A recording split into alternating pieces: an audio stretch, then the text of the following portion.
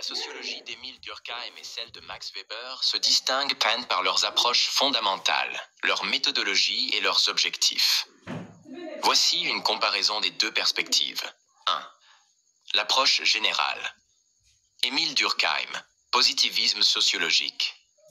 Durkheim considère la sociologie comme une science objective des faits sociaux. Il met l'accent sur les structures sociales et leur influence sur les comportements individuels. Les faits sociaux, définis comme des manières d'agir, de penser et de sentir extérieures aux individus, sont au cœur de sa méthode. Max Weber, sociologie compréhensive. Weber privilégie une approche compréhensive et interprétative de la sociologie. Il s'intéresse davantage à la signification que les individus attribuent à leurs actions. La sociologie, selon Weber, cherche à comprendre les actions sociales en étudiant leurs motivations et leurs finalités. Deuxième méthodologie. Durkheim, explication causale et empirique. Durkheim adopte une approche empirique, fondée sur l'observation et l'analyse des faits sociaux. Il cherche à établir des règles sociologiques rigoureuses, comparables à celles des sciences naturelles. Exemple dans le suicide, il étudie les taux de suicide comme un fait social et explique leurs variations par des facteurs collectifs, intégration et régulation sociale. Weber, interprétation des motivations. Weber met l'accent sur l'analyse qualitative, en se concentrant sur le sens subjectif des actions humaines.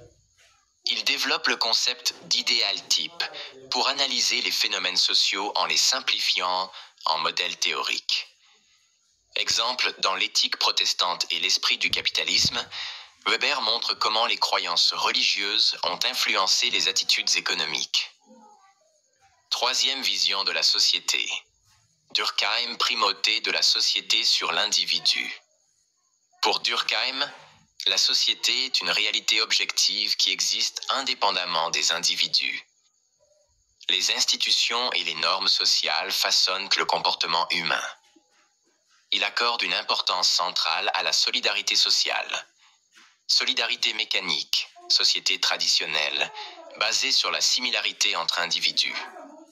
Solidarité organique, société moderne, basée sur la division du travail et l'interdépendance. Weber, primauté de l'individu dans la société. Pour Weber, la société est constituée par les actions des individus et les significations qu'ils y attribuent. Il insiste sur la diversité des rationalités, rationnelles par rapport à une finalité, par rapport à une valeur, affective ou traditionnelle. Quatrième, objectif, c'est portée. Durkheim vise à expliquer les structures sociales et les mécanismes qui maintiennent l'ordre et la cohésion sociale.